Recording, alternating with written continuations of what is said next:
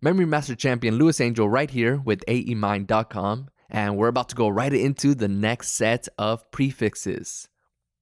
Let's jump right into a new set of prefixes, and we use the exact same system that we used in the past, and that's to create an image and an association, a little story to help us remember what these prefixes are. The first one here is per, P-E-R, that means completely, and my word used for that would be perfuse, to force or instill fluids into an organ or a vessel. My story here would be that the parrot completely ate the honeycomb off of its plate. Why did I choose honeycomb and plate? Well, for completely. Comb, plate, pleat. You just gotta ask yourself, what does this remind me of when you're creating these associations? So, parrot completely ate the honeycomb off of its plate. Per, completely. The next one is platy, and that means flatness or wide and thin. My word use is platomeric, and that means having a broad femur. Now, my image for platy, I would create a platypus to help me remember that one. And as you already know, the tail's pretty flat and wide. So the platypus was wide and flat while swimming. The next prefix is post, and that means behind. The word use is postcardio, which means behind the heart. My image for post is a postage stamp. And the story would be that I accidentally put the postage stamp on the other side of the envelope. So it was behind the front side. Post, behind. And postage stamp would be my image for that. The next one is pre, P-R-E. And the definition is anterior. My word used for that is predarmital. And that means the stage of decreasing consciousness that represents a transition stage between wakefulness and sleep. So it's that experience that you get right before going to sleep.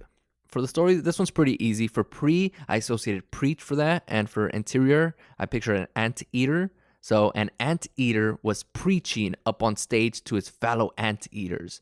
And maybe they were all falling asleep to help you remember what that is for the word use as well. All right. Pre means anterior. The last one here is pseudo. That means false. My word use is pseudocyst. A cyst, the wall of which is formed by a host cell and not by a parasite. The associations that I would create for pseudo are a sewing dough, and for false, a flask. So my story would be that the sewing dough was sewing together a flask, but it looked fake. It was a fake flask that held water instead of alcohol. Sewing dough, pseudo, created a fake flask. All right, quick review here. Per, what does that mean? Per, P-E-R, means completely. Parrot completely ate the honeycomb off of its plate. Platy, what does that mean? Platy, picture the platypus. Flatness. The platypus was wide and flat while swimming.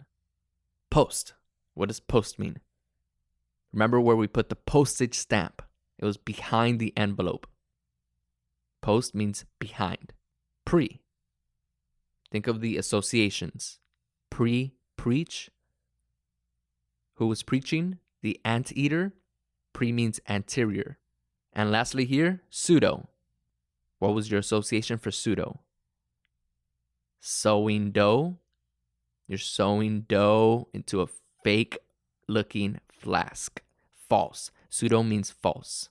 All right, great job there. I have all of these prefixes, suffixes, and other medical terminology vocabulary in my book, Medical Terminology Mastery. Make sure to get that right now on Amazon. And subscribe to the podcast. Watch all my videos. Go to aemind.com. I have all the content that you would need to help you with memorizing all these terms and other amazing things, such as memorizing numbers, memorizing names and faces, how to study for exams, things of that nature, how to stay focused. I had ADD, so I had to really focus on improving my ability to focus and pay attention. So I'll help you out with that as well. Louis Angel signing off with aemind.com. Accelerate and empower your mind.